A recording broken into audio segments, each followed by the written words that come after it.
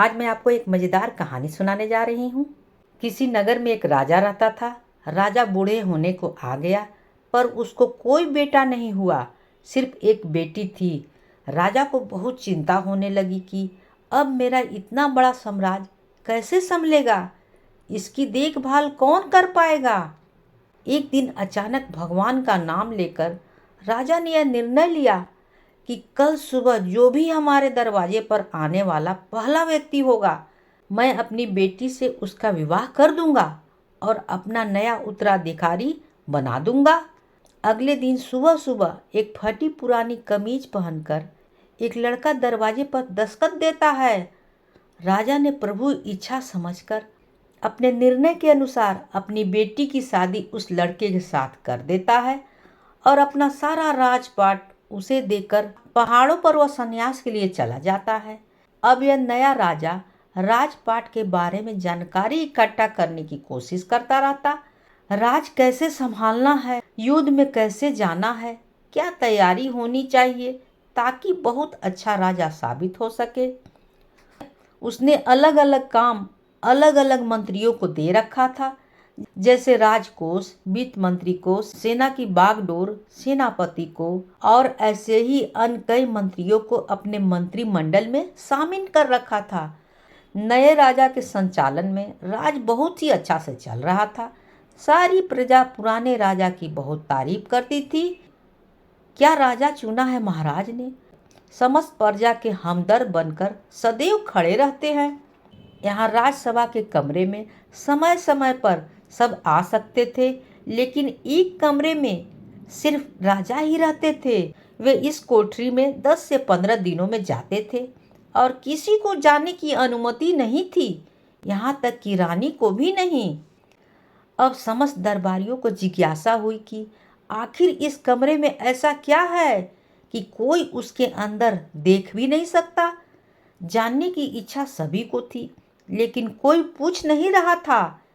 फिर बड़ी हिम्मत करके वित्त मंत्री ने पूछ ही लिया कि माफ़ कीजिएगा राजा साहब, लेकिन आखिर इस कमरे में प्रवेश वर्जित क्यों है? क्या मैं इस कोठरी में? इतना ही मंत्री ने कहा। राजा ने उन्हें डांट दिया और कुछ नहीं बताया। कुछ दिन बाद सबने कहा कि अब सेनापति ही पूछ सकते हैं, तो इसकी बात राजा को माननी पड़ेगी। जब सेनापति राजा से कमरे के बारे में चर्चा किया तो राजा ने उन्हें कुछ भी नहीं बताया। यहाँ से सबके मन में एक ही विचार आ रहा था कि अब रानी ही है ऐसा जो इस जिज्ञासा को समाप्त कर सकती हैं। सबने रानी से कहा कि आखिर इस कमरे में क्या ऐसा है कि महाराज आपको भी नहीं जाने की अनुमति देते हैं।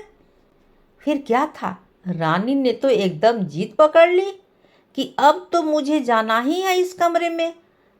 राजा के बहुत समझाने के बावजूद भी जब रानी नहीं मानी तो राजा उन्हें लेकर गए और कमरे का दरवाज़ा खोल दिया। देखा तो उसमें कुछ भी नहीं था, एक फटी पुरानी कमीज और कुछ फटे हुए कपड़े टंगे थे। सब ये देखकर हैरान थे। तो राजा ने बताया कि मैं अपनी शुरुआत को याद करने के लिए यहाँ रहता हूँ। मुझे जब भी यह अहंकार हो जाता है कि मैं राजा हूँ, मैं इस राज का सम्राट हूँ, मैं ही सबसे बढ़िया हूँ, तो मैं यहाँ आ जाता हूँ, आधे घंटे बैठा रहता हूँ, अपने शुरुआत को याद करता हूँ और अपने आप से बताता हूँ कि मैं यही था, यही मेरी शुरुआत है। वो तो पुराने महाराज का शुक्र मनाओ कि मुझे राजा बना दिया। थोड़े देर के बाद जब अहंकार टूट जाता है तो साफ और सच्चे मन से बाहर आ जाता हूँ और अपने प्रजा की सेवा में लग जाता हूँ।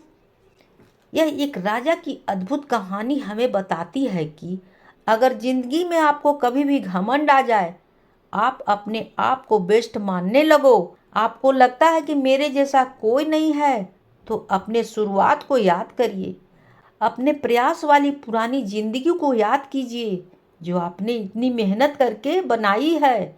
आप सरल होने लगेंगे, विनम्र होने लगेंगे, जमीन से जुड़ा हुआ महसूस करने लगेंगे। इसलिए कहा जाता है कि इंसान पैसे को कभी ऊपर नहीं ले जाता है, पैसा इंसान को जरूर ऊपर ले जाता है।